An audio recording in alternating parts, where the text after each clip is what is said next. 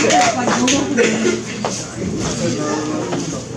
right, guys, here we go. We're going to start with Angie. Let's get everybody real quiet again. All right, folks, and for Angie.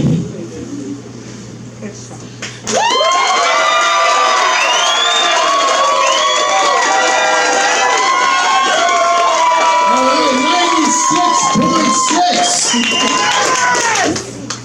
right, 96.6.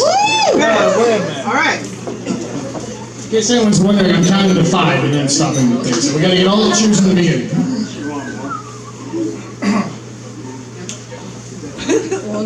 All right, guys, and for Joe.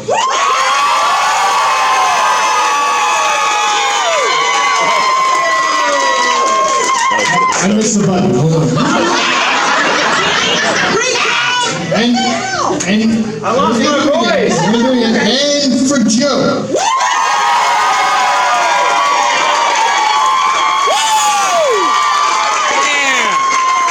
97.8. You were 96.8. Okay. All right, so moving on to the next round, ladies and gentlemen. Joe. Let's give them both a big round of applause once again.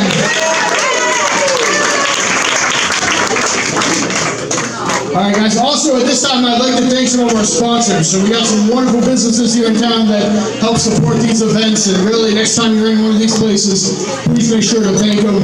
Alaskan Driving Academy, Outlaw Body and Paint, Eyewear Express, DNR Automotive, and 5150 Vapes.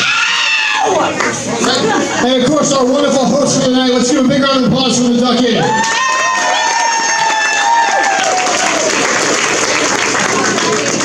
All right, so our next contestant he is a Soldotna local. Ladies and gentlemen, Doug Donovan!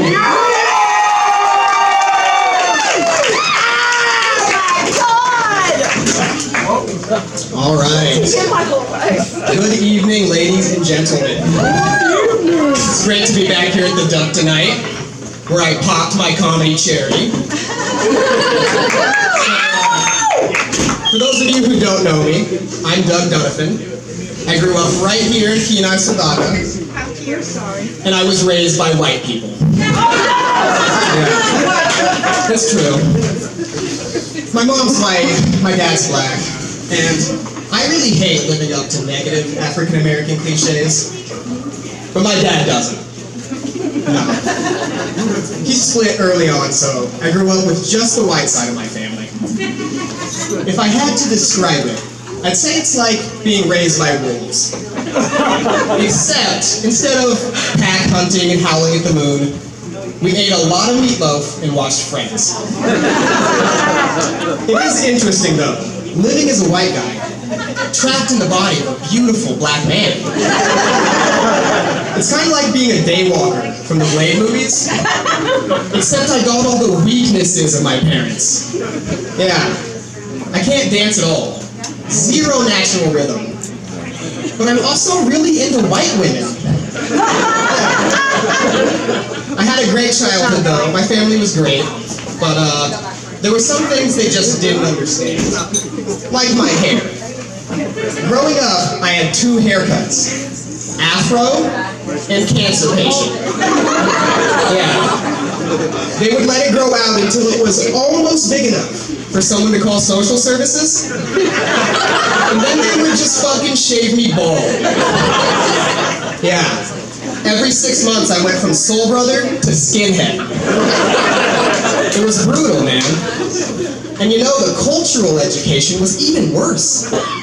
There was no Color Purple, no rap music. Shit, I had to teach myself how to say the N-word. Yeah.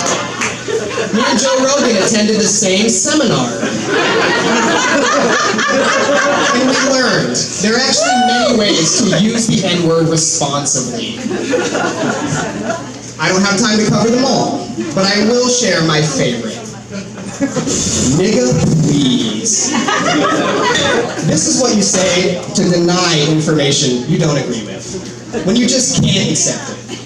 Like, you're rolling through town with your boys, and one of them goes, damn, that chick's got a fat ass. Nigga, please. White boy be tripping. You may have noticed, folks, you gotta tug your balls when you say it, okay?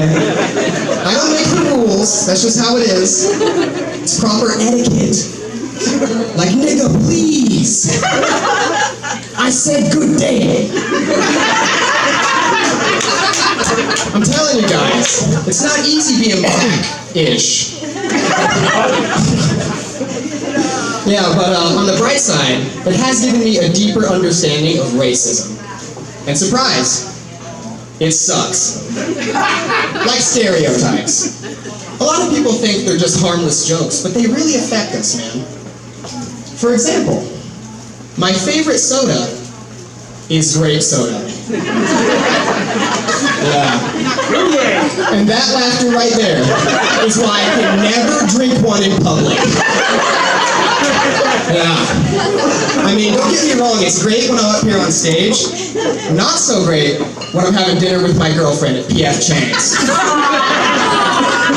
I can't even buy my grape soda at the store anymore. Nah.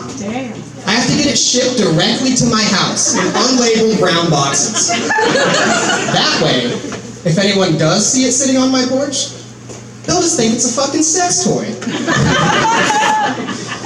I hate food stereotypes, man. I had to quit going to barbecues altogether. Cornbread, ribs, goddamn watermelon. It's like walking into a racist minefield. It's time to quit this nonsense, people. Enough is enough.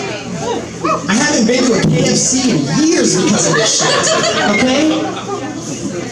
It's brutal, man. But you know what's even worse than that? When people just assume I have a huge dick. I promise you, it happens all the time. And trust me, gentlemen, it's not as cool as it sounds, okay? For example, every group of friends has one guy who's like belligerently self-conscious about his dick size. You guys know that friend? Yeah. Well, that friend always hates me. Always. Anytime the subject of dicks comes up, he's like, oh yeah, must be nice, Doug. I bet you got a 9-inch dick. And I'm just like, shit, homie. In this case, I wish I was the nigga people think I am. It's crazy, man. Even people I don't know accuse me of packing mad dong. I'll be out at the bar, they come stumbling up like, oh my god, I bet you're hung like a horse. And I'm like, nah. I'm flattered, bro, but nah. Alright, folks.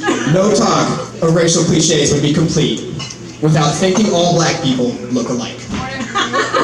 Growing up during my childhood, there were only 2 black kids in school. Me and my twin sister. But in the 3rd grade, another black kid named Jerry moved to town. Now, a school of college-educated teachers can definitely tell 2 black kids apart. Right? Wrong. Absolutely wrong, dude. They had no fucking clue who we were. They would confuse us constantly. I mean, my own teacher would call me Jerry by mistake, and Jerry wasn't even in our class, dude. Oh, it pissed me off so bad. But then the school talent show happened. Jerry and I had the chance to display our unique skills to the whole school at once, to finally differentiate ourselves. Unfortunately, I didn't have any unique skills. Nah. All I cared about in 3rd grade was Sonic the Hedgehog. Yeah. So our fates were entirely in Jerry's hands. And Jerry strolled into that gym with the guitar and did the best rendition of Nothing But a Hound Dog an 8-year-old could possibly do. Yeah, it fucking slapped. And after that night, not a single teacher mixed our names up. They called us both Elvis. All right, my set's over, but if you didn't like it, I just want to say, no refunds. I'm kidding. But if you did hate my jokes, just rest assured, you're not the only one. I actually ran into my first official hater at Safeway a few months ago, and he let me know he's not a fan. Yeah. It was a guy from high school. We were just standing in the cereal aisle, making polite conversation, and the subject of these comedy shows came up. And this bastard looked me right in the eyes, and he goes, "Honestly, bro, I was surprised to hear you were doing jokes. No offense, but I never really thought you were funny." Nigga, please!